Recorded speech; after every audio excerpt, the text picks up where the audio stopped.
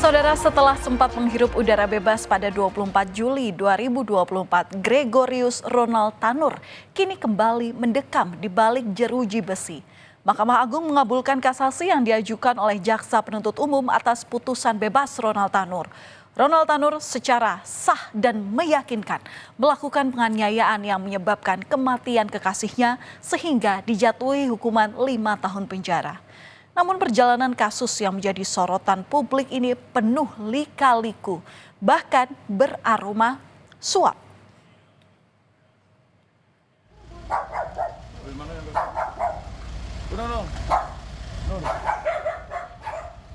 Petugas Kejari Surabaya mengeksekusi Ronald Tanur di rumahnya yang ada di Kompleks Perumahan Mewah Pakuwon City, Surabaya pada 27 Oktober lalu.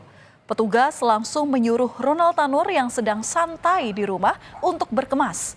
Ronald yang memakai kaos dan sandal jepit keluar rumah dengan membawa sebuah tas dan langsung diangkut menuju kantor Kejaksaan Tinggi Jawa Timur.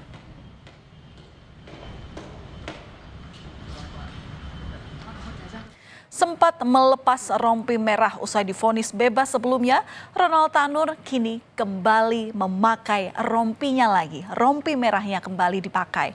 Ronald Tanur keluar dari kantor Kejaksaan Tinggi dan langsung digiring ke mobil tahanan. Ronald tampak menunduk dan tidak mengucap satu kata pun saat ditanya oleh awak media.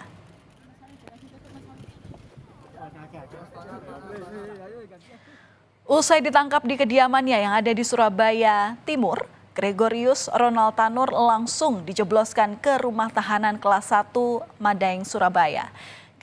Kajati Jatim Mia Amiati menjelaskan Ronald Tanur ditangkap setelah Mahkamah Agung menjatuhkan vonis kasasi 5 tahun penjara atas kasus pembunuhan Dini Sera Afrianti. Vonis ini menggugurkan vonis bebas Ronald Tanur di tingkat pertama.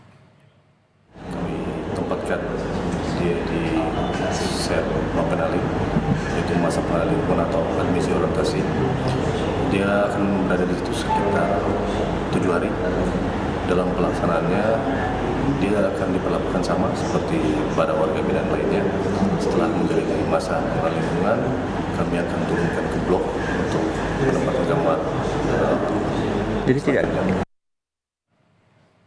Kejaksaan Tinggi Jawa Timur saat itu memastikan kalau Ronald Tanur masih berada di Indonesia dan telah dicekal untuk pergi ke luar negeri selama 6 bulan.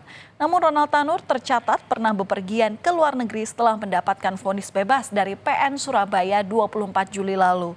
Ronald memiliki riwayat perjalanan ke Singapura selama 1 hari. Setelah kejadian itu, Kejati Jawa Timur meminta Ditjen Imigrasi untuk melakukan pencekalan terhadap Ronald Tanur. Menurut catatan dari Ditjen Imigrasi, pada saat setelah putus persidangan, yang bersangkutan pernah sempat ke luar negeri, cuma kembali. Dia tidak ada keinginan mereka ini, tapi mungkin dia punya kesibukan bisnis atau apapun dalam pertimbangan kita, tapi kan hak dia sebelum ada pencekalan. Maka untuk itu kami segera melakukan pencekalan. Alhamdulillah dengan diberi bantuan oleh Ditjen Imigrasi semua berjalan lancar, dicekal. Keluar negerinya kemana, Bu? Singapura, tapi hanya 1 hari kembali ke sini. Saudara, pria bernama lengkap Gregorius Ronald Tanur ini sempat menghirup udara bebas. Namun vonis bebas atas kasus tewasnya Dini Sera dianulir oleh Mahkamah Agung. MA menjatuhkan hukuman 5 tahun penjara terhadap Gregorius Ronald Tanur pada tingkat kasasi.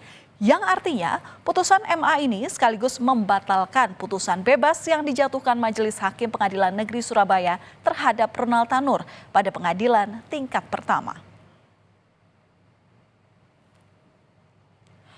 Usut punya usut, saudara, vonis bebas Ronald Tanur tidaklah gratis. Kejaksaan Agung menemukan dugaan aliran dana kepada para pengadil kasus Ronald Tanur untuk mengucapkan vonis bebas di meja hijau.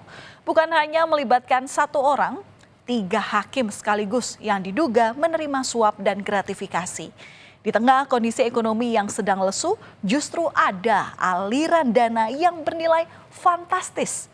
Temuan ini sekaligus membuka tabir adanya permainan uang di tubuh sang pengadil.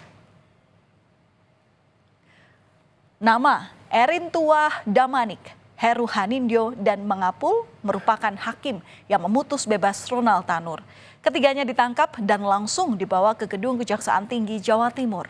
Ketiganya diduga menerima suap dan atau gratifikasi terkait penanganan perkara tindak pidana umum di Pengadilan Negeri Surabaya atas nama terdakwa Ronald Tanur. Sementara di Jakarta, Kejaksaan juga menangkap satu orang berinisial LR yang berprofesi sebagai pengacara. LR ini diduga sebagai pemberi suap dan atau gratifikasi penyelidikan atas kasus ini yang sudah dimulai sejak muncul kecurigaan terhadap vonis bebas Ronald Tanur di tengah publik. Yang ketempatan harus melaksanakan kegiatan memfasilitasi teman-teman yang sedang melaksanakan kegiatan pemeriksaan, di mana dilakukan pengamanan terhadap 3 orang yang diduga menerima suap gratifikasi terkait perkara yang berkaitan dengan penanganan perkara atas nama Ronald Tanur. Jadi sudah ada 3 orang dan sudah diperiksa, sedang dilaksanakan pemeriksaan di Kejaksaan Tinggi Jawa Timur oleh tim dari Kejaksaan Agung. Selain menangkap 3 hakim, Kejaksaan Agung juga menyita sejumlah uang tunai dari 6 lokasi penggeledahan yang mencapai 20 miliar rupiah. Kejagung menemukan barang bukti berupa uang tunai senilai 97.500.000 rupiah, 32.000 dolar Singapura dan 35.000 lebih ringgit Malaysia di apartemen Ketua Majelis Hakim Erintuah Damanik di Surabaya. Kejagung juga menemukan uang sebesar 6.000 dolar Amerika dan 300 dolar Singapura dari kediaman Erintuah Damanik yang ada di Semarang. Lalu di apartemen anggota Majelis Hakim Mangapul, Kejagung menemukan uang tunai senilai 21.400.000 rupiah. Kejagung juga menyita uang tunai berupa pecahan uang asing senilai 32.000 dolar Singapura. Kemudian bergeser ke anggota Majelis Hakim Heru Hanindyo. Kejagung menyita uang tunai senilai 104 juta rupiah, 2.200 dolar Amerika, 9.100 dolar Singapura, dan 100.000 yen di apartemen Hakim Heru Hanindyo di Surabaya. Selain menangkap 3 hakim, Kejagung juga menangkap pengacara Ronald Tanur yakni LR atau Lisa Rahmat. Kejagung juga telah menyita uang berjumlah fantastis dari rumah Lisa di Surabaya dan apartemen Lisa di Menteng, Jakarta. Total penyitaan uang dari tempat 3 hakim dan pengacara ini mencapai 20 miliar rupiah. Kejagung telah menetapkan 3 hakim dan pengacara Ronald Tanur sebagai tersangka. Pihak Kejaksaan menduga kuat sejumlah barang bukti berupa uang yang disita ini berasal dari pengacara Ronald Tanur. Setelah penangkapan 3 hakim dalam kasus Ronald Tanur, Mahkamah Agung telah memberhentikan sementara 3 hakim tersebut dari jabatannya. MA menghormati proses hukum yang dilakukan Kejaksaan Agung terhadap 3 oknum hakim tersebut. Jika terbukti bersalah, ketiga hakim Pengadilan Negeri Surabaya itu akan diberhentikan tidak dengan hormat. MA berkomitmen tidak akan melindungi anggotanya. Mahkamah Agung berkomitmen tidak akan melindungi anggota yang melakukan perbuatan yang tidak benar. Dan yang kedua, ke depan tentu ya akan intensif, akan selalu rutin melakukan pembinaan kepada para hakim ya, agar tidak lagi terjadi hal yang terjadi harus kemudian ya. Pengungkapan praktek suap atas kasus Ronald Tanur tidak berhenti di 3 hakim Pengadilan Negeri Surabaya, saudara. Rupanya suap dari pengacara Ronald Tanur juga mengalir ke kantong mantan penjabat MA Zarof Richard. Mantan pejabat tinggi Mahkamah Agung Zarof ini ditetapkan sebagai tersangka usai menerima suap dari pengacara Ronald Tanur dalam penanganan kasus tingkat kasasi. Zarof diduga menerima uang suap sebesar 5 miliar rupiah dalam bentuk pecahan uang asing. Suap ini untuk tetap menyatakan kalau Ronald Tanur tak bersalah pada tingkat kasasi. Dan saudara, kita akan melihat inilah dia, tumpukan uang hasil gratifikasi yang dikumpulkan oleh Zarof Richard sejak 2012. Tak tanggung-tanggung, nilainya mencapai hampir 1 triliun rupiah dan emas sebesar 56 kilogram.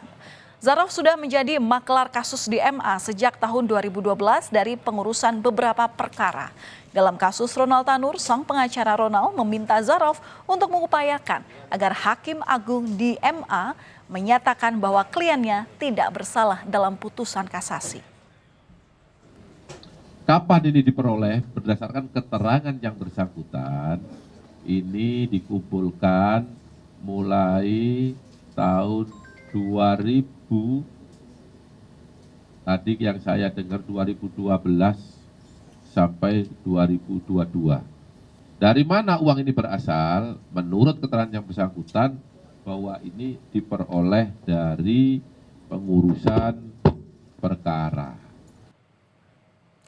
Maklar kasus tak putus-putus, kasus penganiayaan yang berujung pembunuhan oleh Ronald Tanur membuka Pandora besarnya suap di tubuh puncak dari peradilan, yakni Mahkamah Agung. MA sebagai peradilan tertinggi masih dipengaruhi oleh maklar-maklar kasus.